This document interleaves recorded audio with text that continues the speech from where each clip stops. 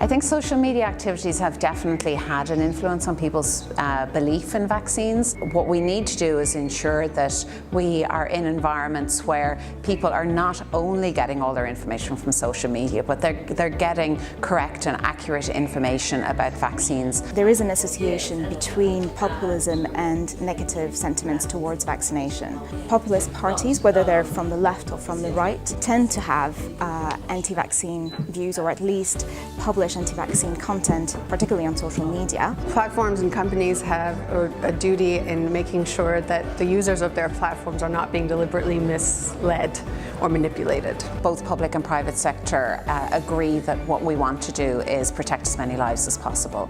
And what the private sector brings is our expertise in vaccination, also our scientific knowledge and our knowledge in research. Everybody has a role and everybody has to work together. I mean, the industry, they need to send the information to the public that, I mean, the products, they are medical products that are checked by the European Medicines Agency and the national agencies, so nothing can be put in the market if it's not safe and it's effective.